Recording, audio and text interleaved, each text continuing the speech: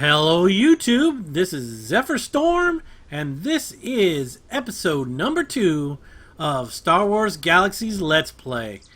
When we left off with the end of episode 1, we had signed in and created a character for our friend Rogue-Falcon, and you can see now that we're back on my character Zephyr-Storm, or -Storm. And remember, Rogue-Falcon's character is Rogue-Falcon. I'm sure we'll be seeing him, maybe not today, but we'll see him around because he plays in the game a lot. The end of episode 0, I covered a lot of this stuff already, but I'm just going to bring it up again because the video, like I said, was kind of bad. So we'll just go over this again. If you want extra training in the beginning, not extra training, but additional training, on top of whatever character class you picked. If you started with Marksman, you can come here and get Brawler Training. If you started with Brawler, you can get Trained in Novice Marksman. That's Chef, that's a advanced profession. There's a Scout Trainer right there, so you can take Scout. There is, over here, Artisan Trainer. I think right over there, so we'll go over there and get closer. There's a Medic Trainer. I thought there was Artisan right over here. Where'd he go? Oh, he's over here. Right there's your Artisan Trainer. There's a shuttle port. Right in there is the Starport. We'll run in there real quick and see what that looks like. This Starport is pretty nice. I think this is the only spaceship or shuttle in the whole game that once you buy a ticket, purchase a ticket, you actually can fly right away, regardless if the ship is here or not. So there's a shipping terminal. Once Jump to Lightspeed comes in, you'll be able to get on your own ship. These are, again, some more shipping terminals. And these are your ticket terminals. So you're going to need to get a ticket. Click Use. Hold down the right key and click Use. Get rid of this help stuff. And this just shows you everywhere you can go on this planet. There's a drop-down menu there. All the different cities that you can go fly to. Some are player cities, some are actually real cities. It shows you that it's only, if I want to fly from Naboo to Iowa, it's only 100 credits. You can also fly from Naboo, you can fly to Corellia and all the cities there that have starports. You can fly to Endor. There's just 2 outposts there that you can fly to. And these are more advanced planets, so I don't recommend going there anytime soon. You can fly to Locke and Nim Stronghold, the only place you can fly to from Naboo to there, because obviously it has to be a starport. Rory, which is the moon of Naboo, and you can fly to Tatooine. So if you want to go fly out to Mos Eisley, you can do that. If you want to fly to Corellia and go to the Coronet starport, you can do that, and it's 500 to fly there. So no big deal. And that, like I said, that spaceship just left, that shuttle, but you can still go right over to the ticket collector after you've bought a ticket and still fly away. This is the only one that I know of for sure that you can actually do that. So we'll go back outside. This is the other way around. You can see how nice and massive this thing is. All kinds of things to interact with. Waterfall or water fountains, all these things that can actually be built by, if you're an artisan character, you can actually build a lot of this stuff in the game. So like I said, there's medic and everything over there. I'm not sure why we're walking around, because if we go to our data pad, we should have our land speeder. If you right click on that, you can click call and it will show up. I like to usually drag it and put it up on my bar. And speaking about bars, you can drag this down a little bit and you can have 2 bars going on up here. And close out of that. Double click to get in, and we're off a little bit quicker than walking. It is the slowest vehicle in the game, so it's not a lot faster, but hey, it is what it is. These red things are bazaar terminals. So you can click on there. It's kind of like the auction house, but most of the things are buy outright. There are some bidding, some stuff that people put up there for bids, but most of them are just buy outright. If we double click to get out of here, we go back in, and I showed you. This is the hospital or clinic or whatever, and it has, usually there's people in here that are doing doctor buffs for other players. They might be on the other side over here. Yeah, so here's one. Oh, that's a medic. Wow, there really isn't any doctors in here right now. So if we want to get a doctor buff, that's going to be a little bit tough for us. There are trainers in here, medic trainer, combat medic trainer. Usually you'll see them sitting in one of these first couple of beds, and you can just interact with them. And typically the tips, you know, most of the doctors are buffing for tips between 5,000 and 10,000 credits. Obviously, starting off with, we're down to 900 credits. So obviously we wouldn't be able to buy a doctor buff for 5,000 credits. But I have seen that a lot of the players, if you just let them know that this is your first day or you're a brand new character and you haven't made any money yet, they'll give you a set of doctor buffs. And they last for up to 3 hours and seriously increases your survivability rate. I just wanted to go over here real quick. This is the banking terminals and some more bizarre terminals. Run in here. I think I covered this the last time, but we'll cover it real quick again. Banking terminals there. Bizarre terminals around the outside. Banking terminals in the inside. Here's a character, a player character right there. Obviously it says AFK on top of there. These two guys are shopping over there in the bazaar. Get all kinds of things on the bazaar that you may need. You can get, a lot of people put up stuff for only 50 credits, 100 credits. A lot of the beginning stuff will be up there. New artisans, weaponsmiths, armorsmiths will put up a lot of cheap stuff while they're grinding. This is an image designer tent, so if you can change your stats and change your image inside of there. And real quick, this is the cantina. And in here, you usually get your entertainer buffs. So you need to get music buffs and dance buffs, and that increases your mind bar, and doctor buffs will increase your health bar and your action bar. And if you go in here, these are all other player characters. These guys are all most likely grinding, getting their characters up. If you see a Master Entertainer, she's probably working on, you know, who knows, maybe she's working on music or dancing. Right now she's dancing, so she might be working her way up to Master Dancer. If you left click and hold over top of it, you can click watch, and we can watch her dance. And if you have nothing in your arms, you can tell my guy there is actually clapping and stomping his foot. You want to stop watching, you can actually just walk away. Once you're far enough away, it'll stop watching automatically, or just click stop watching. If we want to listen to some music, click on her, click listen, and we'd be able to hear. There it goes. We don't want to do it too long so we don't get banned, but yeah, you could like listen to them doing their thing. Now if you have a black bar, if any of this blue bar has black on it, it means you got mind wounds. Just by listening or watching an entertainer, it will eat that away. If you go down to your which one is it?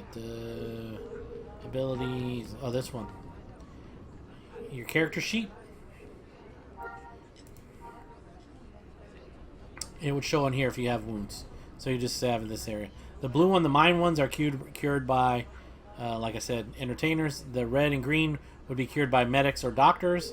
And a lot of people that are grinding their medic characters or whatever, they're just going to run up to you and heal you anyway. You probably won't even notice that you have really any wounds once you get in here, because they'll help you out real quick.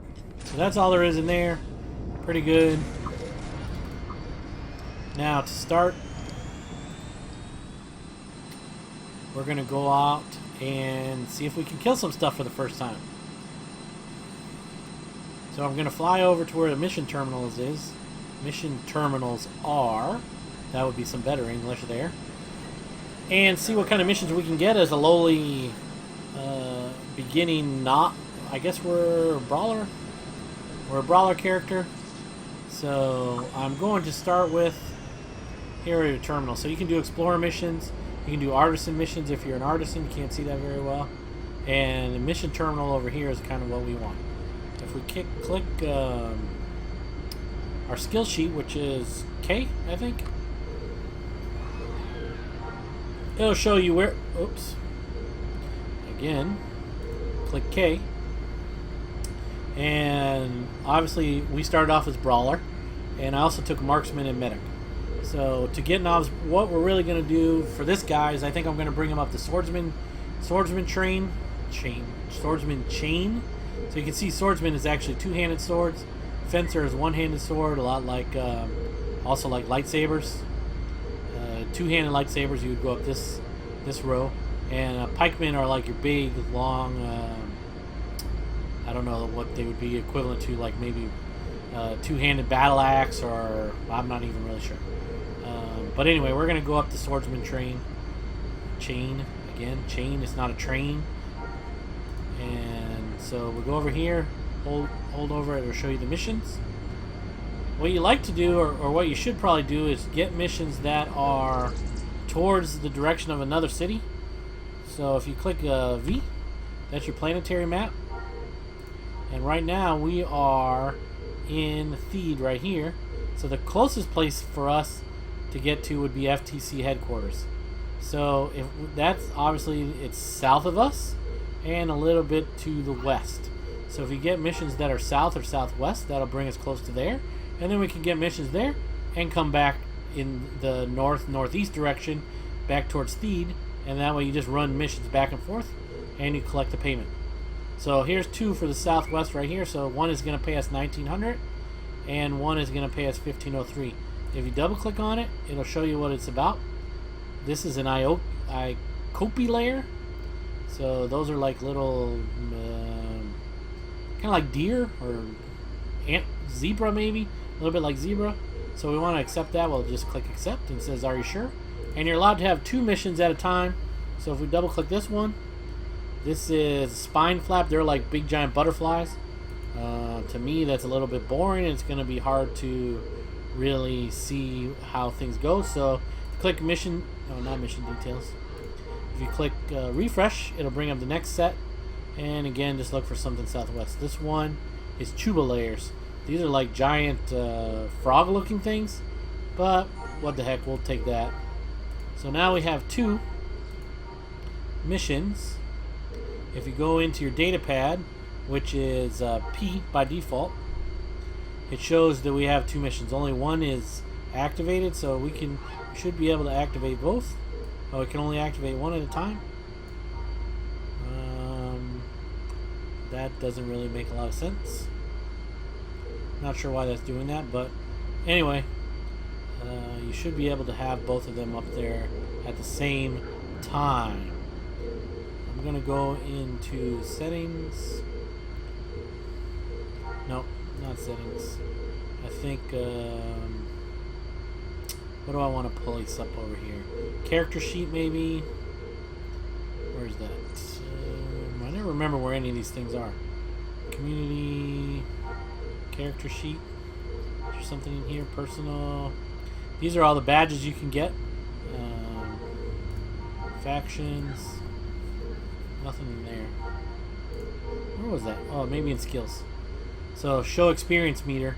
I like to put this up here because it will help you see how close you are in each of your. You can pull this down. You can have a total of 5 at any one time. Click the little box or the little arrow on the side and scroll down to whatever you want to track. We're going to track two-handed experience, and we'll track rifles, pistols, and carbines, because we're going to do some of that as well. And maybe we'll also track, depends on which way we're going to go. I think we'll track some medic, because we need to get some medic stuff too. So that's that there. Here's where your waypoints are. So it shows us our first one. It's 1,400 meters away. The other one,